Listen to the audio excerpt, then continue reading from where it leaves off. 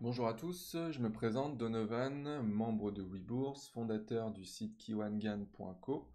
Je suis utilisateur du système de l'analyse technique systémique, donc système de gestion et de trading que j'utilise au quotidien du coup. Et donc l'idée de cette vidéo, c'est de vous présenter 4 scénarios donc d'analyse technique systémique que j'ai postés au mois de mai et là début juin sur Twitter et qui se sont révélés corrects, donc partiellement terminés ou totalement terminés. L'idée de cette vidéo, c'est simplement de vous montrer que dans n'importe quelle phase de marché, il est possible de s'en sortir et tout ça avec un système qui est euh, objectif et avec un travail en amont en créant ces scénarios et en travaillant dessus euh, une petite heure ou deux par semaine, c'est amplement suffisant. Voilà comment j'ai trouvé les 4 scénarios qui vont suivre. Donc on va passer sur le diapositive. Avant, je vais vous lire un petit disclaimer.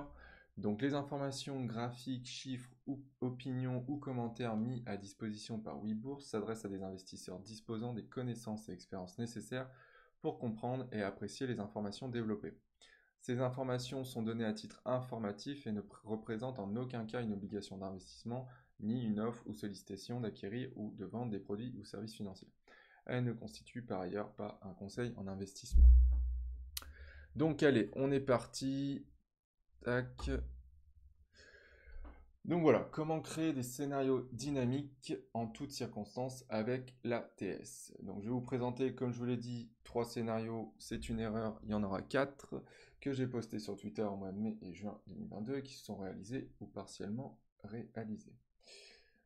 Donc, je tiens également, en plus de ce que je vous ai dit par rapport au fait de construire des scénarios ATS avec les possibles, les entrées et les sorties, ce que je vais vous montrer par la suite, je tiens également à vous montrer qu'il est simple, donc via des alertes, d'éviter de passer tout son temps devant les écrans, parce que pour moi le trading doit rester quand même malgré tout un plaisir, et je préfère créer mes scénarios de mon côté le week-end, y passer 1 ou 2 heures, placer mes alertes pour la semaine suivante et attendre que ça sonne. Je trouve ça beaucoup moins chronophage, beaucoup moins stressant, euh, c'est apaisant dans sa globalité. Donc, le premier des scénarios, c'était un long sur le Nasdaq. Donc quand c'était la panique absolue, que le marché a dévissé, c'est simple, on est passé de 16 000, 17 000 dollars peut-être sur le Nasdaq à, là sur le screen on voit 13 000 dollars. Bon, maintenant on est même encore plus bas. Mais voilà, l'idée c'était de trouver un point d'entrée moyen terme. Donc je dis pas que le marché, comme je vous l'ai dit précédemment, va retrouver une direction, mais quand je parle de point moyen terme, c'est au moins peut-être un bas de range moyen terme, mais pas un retour sur les plus hauts d'ici quelques mois, et voire même un nouvel ATH dans la continuité. Non, je parle surtout de trouver un point bas qui permettrait d'avoir un ratio risque-rendement assez important. Donc, sur ce screen, je dis que malgré le rebond technique actuellement, qui est logique, donc à l'époque on était le 3 mai 2022, donc il y avait eu un léger rebond technique, je pense que nous irons visiter M7 semestre à 12 100 dollars d'ici juillet, donc j'étais assez optimiste puisqu'on l'a fait bien avant, avoir potentiellement jusqu'à 11 400, 11 500 dollars. 12 100 me semblerait déjà être un bon point d'entrée achat moyen terme. Donc, ce qui s'est passé, voilà le screen du graphique quand j'ai posté ce tweet. Ce qui s'est déroulé ensuite, c'est que nous sommes allés visiter donc M7 semestre. Donc, comme vous pouvez le constater avec les flèches vertes, donc la flèche verte en semestre que vous voyez là. Et ça, on va en parler en trimestre et en mois. Donc, je vais passer tout de suite sur les graphes. Sur les graphes ici, tac, voilà. Donc, sur le Nasdaq, alors attendez, je peux même mettre Je peux même mettre quelque chose comme ça. Voilà, éventuellement. Donc, ce qu'on voit sur le Nasdaq. Donc là, j'ai tout enlevé, tous les éléments graphiques, tous les traits, j'ai tout enlevé pour vous montrer comment j'ai établi ce scénario. Je vous invite d'ailleurs pour suivre un peu mieux, d'aller voir mes vidéos sur Webourse où j'explique un peu les bases de l'analyse technique systémique. Et il y a une vidéo spécifiquement où je parle d'Oggy et Jack, ce qui pourrait être très intéressant pour comprendre la suite là du scénario que je vais vous donner et qui s'est déroulé. Du coup, ce que j'ai fait au mois de mai, c'est que j'ai tracé donc ce qu'on appelle Oggy trimestre. Donc Oggy trimestre, qu'est-ce que c'est? C'est simplement Oggy, un niveau euh, au-dessus duquel M7 est haussière et en dessous duquel M7 est baissière.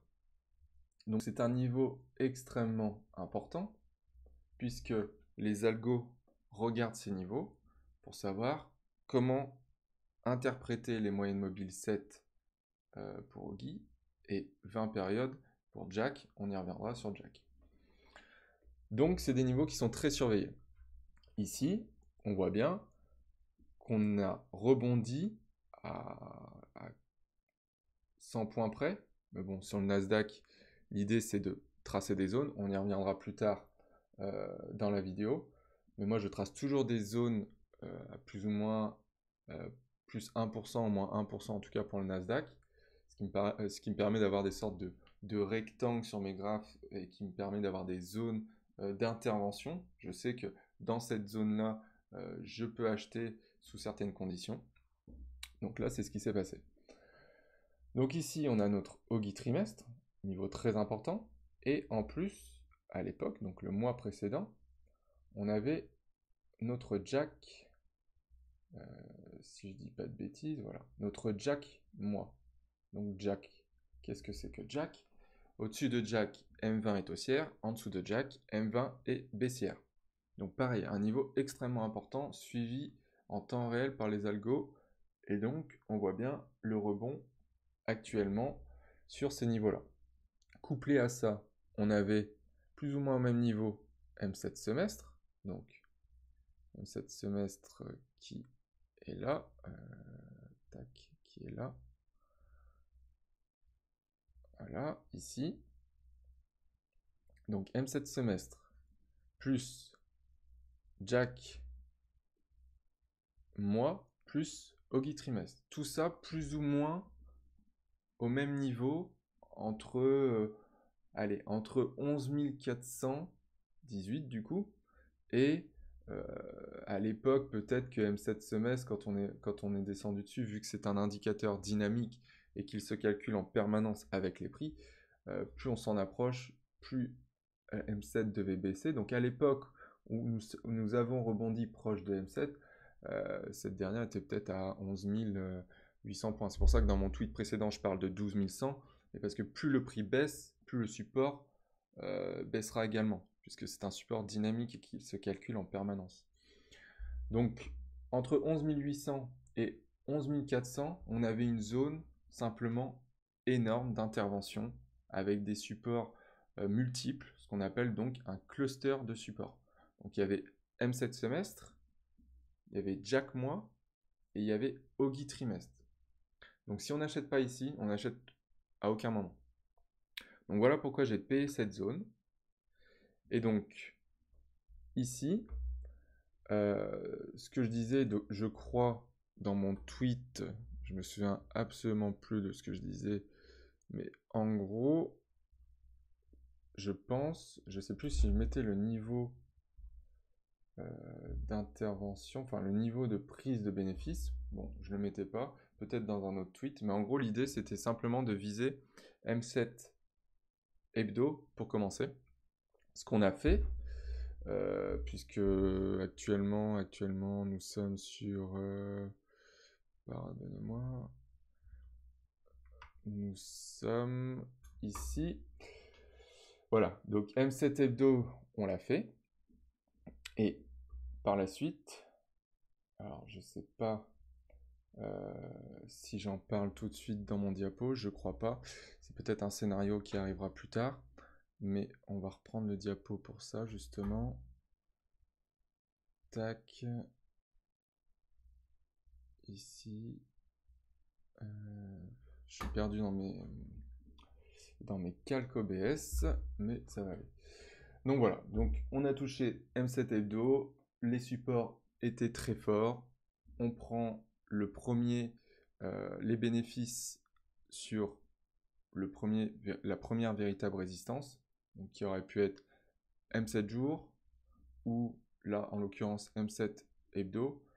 Pourquoi M7 hebdo? C'est un choix assez arbitraire, dans le sens où on en était très très éloigné, et que clairement, dans une phase de baisse aussi violente qu'on a eue, il était clair qu'on allait avoir une hausse aussi violente, et le premier support aux résistances cherché dans ces cas-là, c'est souvent la M7.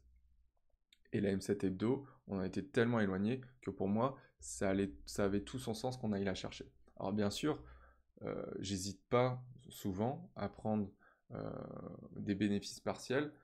Donc là, soit sur M7 jours avant M7 hebdo du coup, ou M20 jours avant M7 hebdo. Voilà l'idée.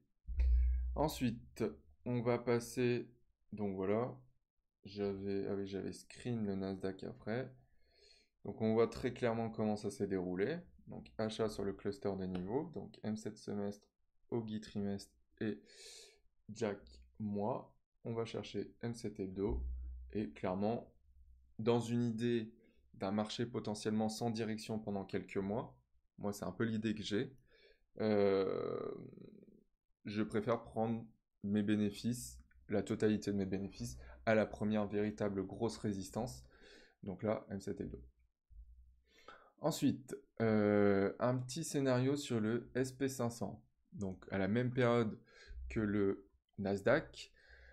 Bon, ce que j'avais raconté, c'était: nous sommes actuellement sur la Bollinger supérieure année, c'est notre dernier rempart face à des UT jours à trimestre qui se dégradent. Le véritable support sera, pour moi, M7 semestre couplé au trait bleu, donc autour de 3750 $. Donc maintenant, vous l'avez compris, quand je parle de trait bleu, en fait, c'est OGI. Donc, si on repasse sur sur nos écrans, tac. Yes, réussi du premier coup, incroyable. Si on repasse sur nos écrans, on observe que, donc pareil, je l'ai mis à nu pour que vous compreniez. Ici, on avait notre OGI, donc de la prochaine période, donc qui peut faire également support. Tac, voilà. On n'est pas allé le toucher à plus ou moins combien, tac, tac, à plus ou moins 50 $ près, ce qui peut être relativement énorme sur le SP500, j'en conviens. Mais pareil que le Nasdaq, moi je pars du principe que je mets tout en relation. Donc c'est-à-dire que un Nasdaq qui va toucher des supports long terme, un Dow Jones, parce que c'était le même principe pour le Dow Jones, il était allé toucher, je crois, M7 semestre. Voir si on va voir ça rapidement. Tac. Le Dow Jones, le Dow Jones est allé toucher la M7 semestre ici au même moment où le SP500 s'est approché de OGI plus 1 trimestre, s'est approché de sa M7 semestre, et où le Nasdaq a fait le fameux cluster de support qu'on a vu précédemment. Donc ici, il n'y a vraiment pas de question à se poser. Enfin, quand l'interaction entre les indices est bonne, quand sur des unités de temps différentes, on trouve des supports au même niveau, quand, mine de rien, c'est bête à dire, et puis c'est pas forcément une vérité absolue, mais tout le monde panique, il y a peut-être des questions à se poser. Acheter, c'est pas forcément une mauvaise idée. Donc le SP500, on s'est approché du coup de OGI plus un trimestre avec tout ce que je vous ai dit précédemment, l'interaction avec les autres indices.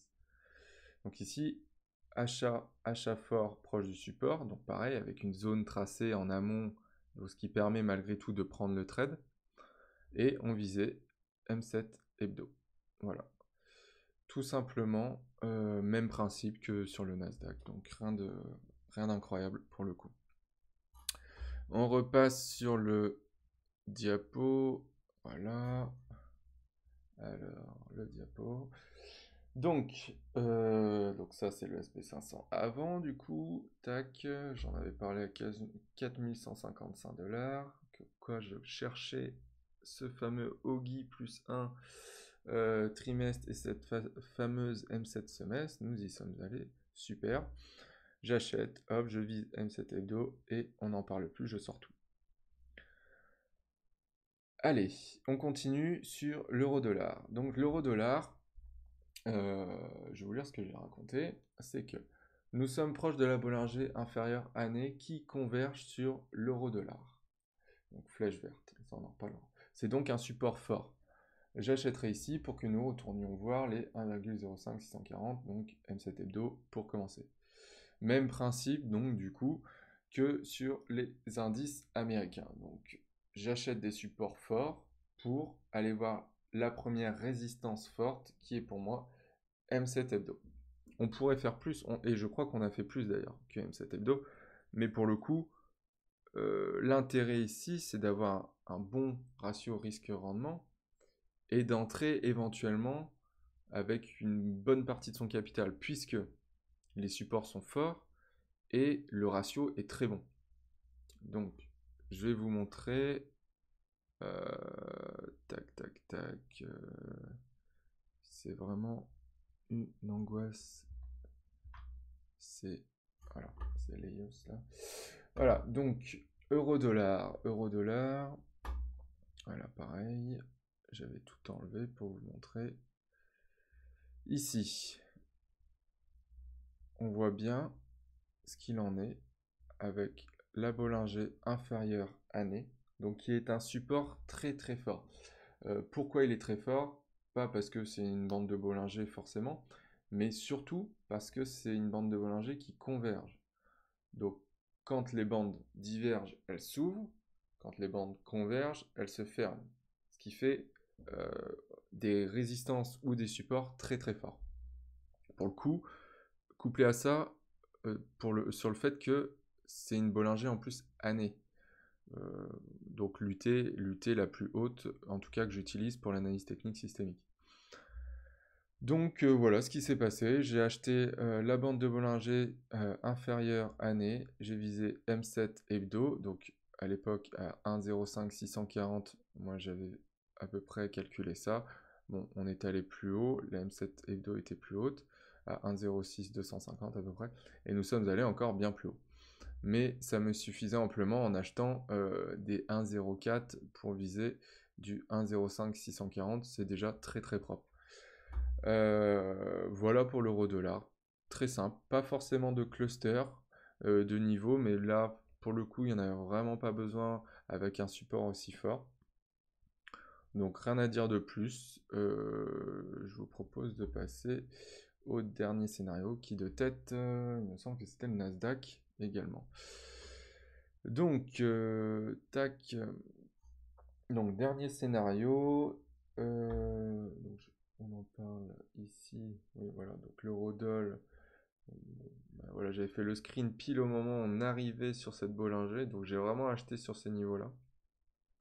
Et voilà, nous sommes allés bien plus haut quand même que la M7 hebdo, mais bon, sans regret. Et de toute manière, avec le trading, il vaut mieux pas en avoir des regrets, sinon c'est horrible. On passe de très mauvaises journées. Donc, dernier scénario sur le Nasdaq, et cette fois-ci en short, donc vente sur le futur ou CFD Nasdaq, comme vous voulez. Donc, donner le 3,05, donc le 3 met un point bas entre 11 400 et 11 500. Nous avons fait 11 492, donc ce que je vous ai montré précédemment sur le Nasdaq. Je commence désormais à m'intéresser à un short court terme dans l'idée du range long terme qui pourrait s'installer, pareil, ce dont je vous ai parlé précédemment. Donc la zone entre 12 800 et 12 900 m'intéresse pour rejoindre 12 350 $. Donc, je vais vous montrer maintenant peut-être les graphes, ce sera plus parlant. Tac, ça. Donc le Nasdaq. Je vais vous enlever ce qui concerne le long pour pas vous perdre et je vais vous mettre que ce qui concerne le short. Et je vais également vous enlever l'alerte, je vous en reparlerai après. Donc, l'idée sur le Nasdaq, c'était de se dire, on entre dans une phase corrective long terme, probablement. Qui dit phase corrective long terme, dit potentiellement des M7 qui vont passer baissière. C'est tout bête. Donc, en jour, on voit très bien qu'on est baissier.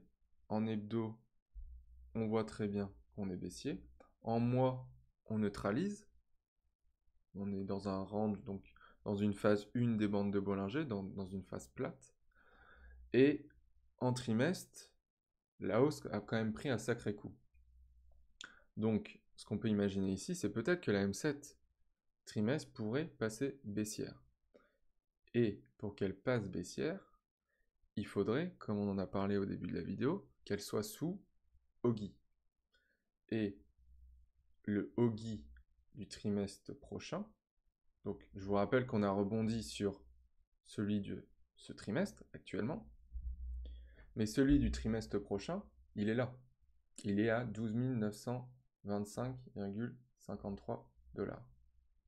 Et si je le projette en jour et en hebdo, on s'aperçoit bien que on a rebondi pile dessous.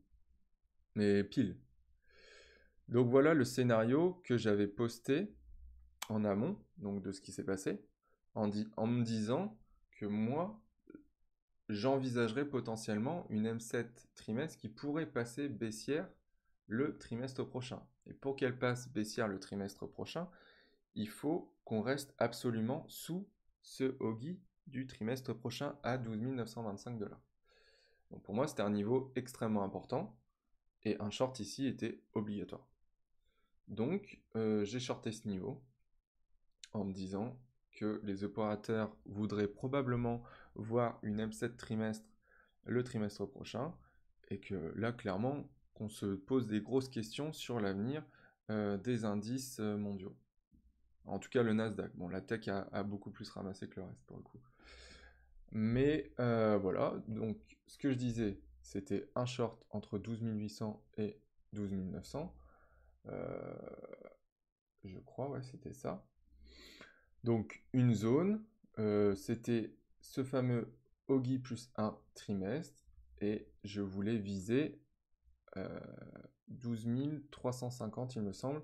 En tout cas, pareillement, c'est une zone, parce que je vais vous montrer ce que je vise. Tac, pareil, je le projette en semaine et en jour, mais pas en trimestre, voilà. Donc, je surveille, moi, en objectif, le jack du mois prochain pour potentiellement rester dans notre neutralité en mois avec une M20 qui pourrait rester haussière.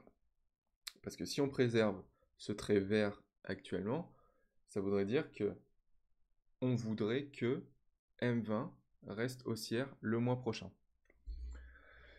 Donc c'est un niveau assez important, encore plus avec le fait que ce niveau soit couplé à une M20 jours ici. Donc en gros, on se retrouve avec pareillement une zone. Donc voilà pourquoi je parle de 12 350 et pas de 12 268. Je parle plutôt voilà, d'une zone dans cette ellipse. Allez, on peut la raccourcir un petit peu, si j'y arrive. Tac, voilà.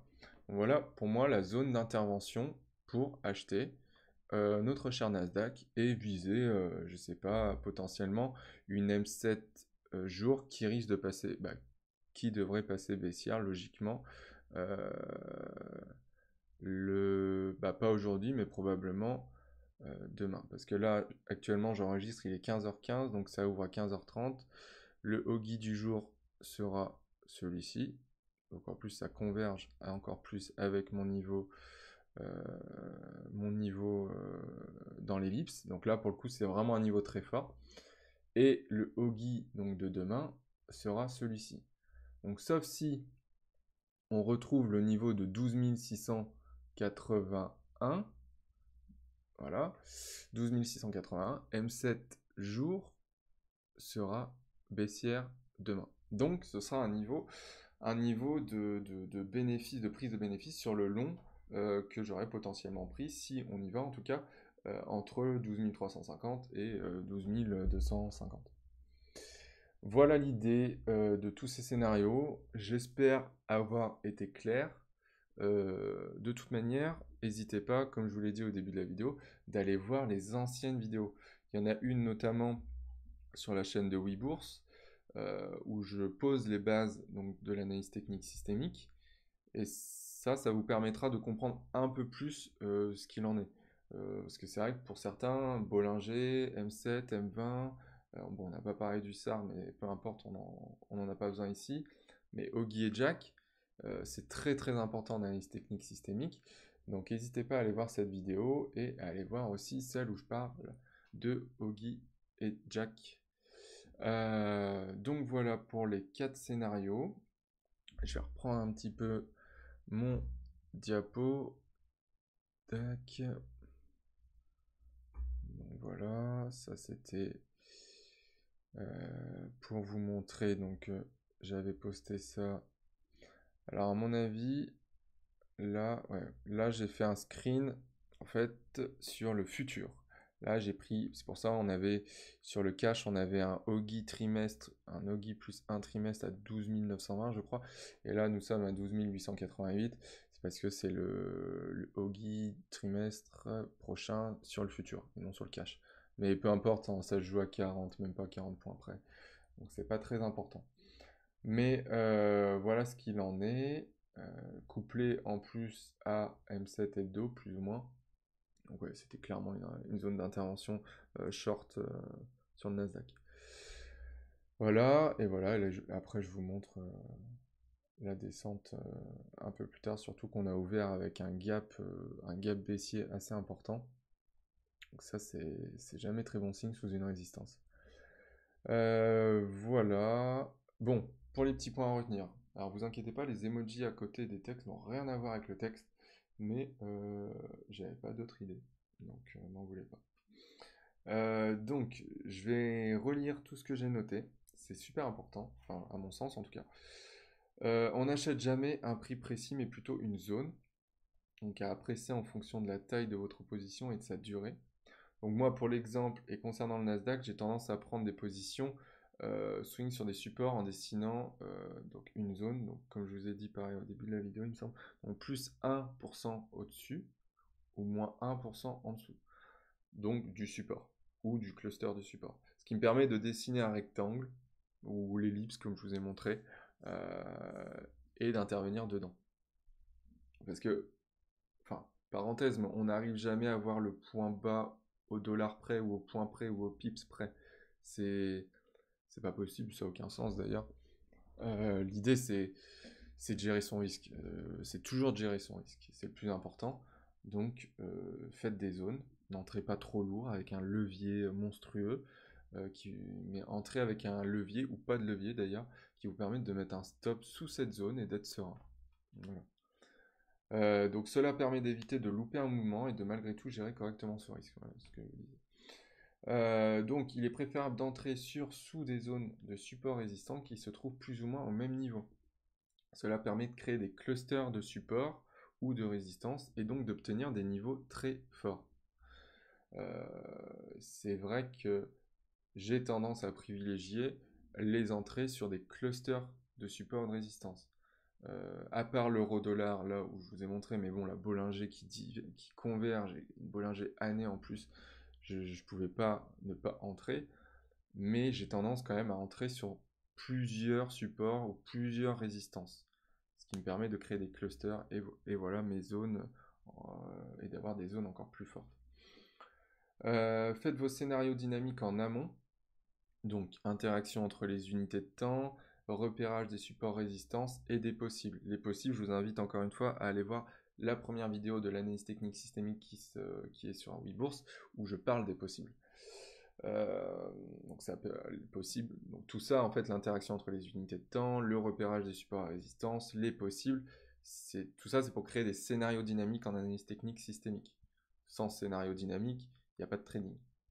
Donc sans travail en amont, il n'y a pas de trading. Et programmez vos alertes à l'entrée de vos zones pour éviter de surveiller le prix constamment et d'entrer prématurément.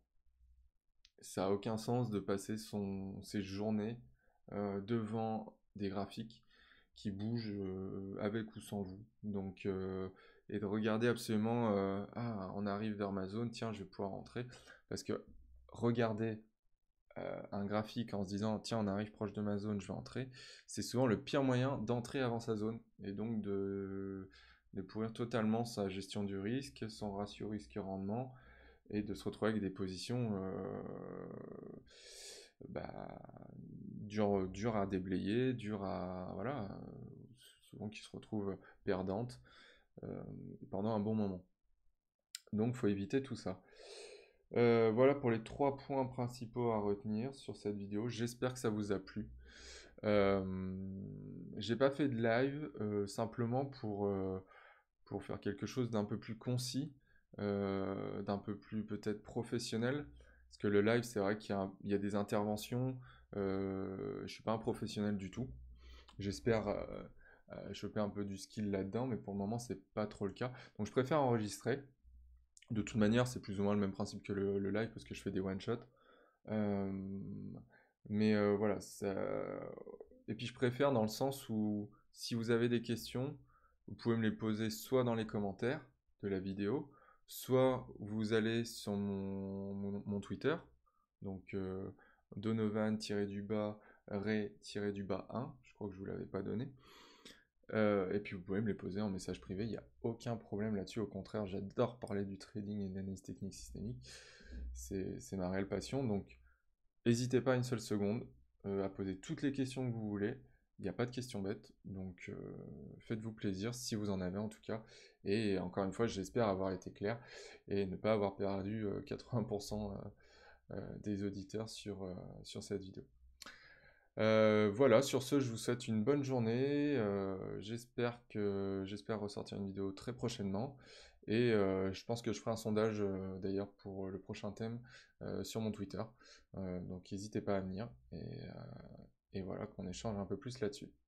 Allez, au plaisir. Au revoir.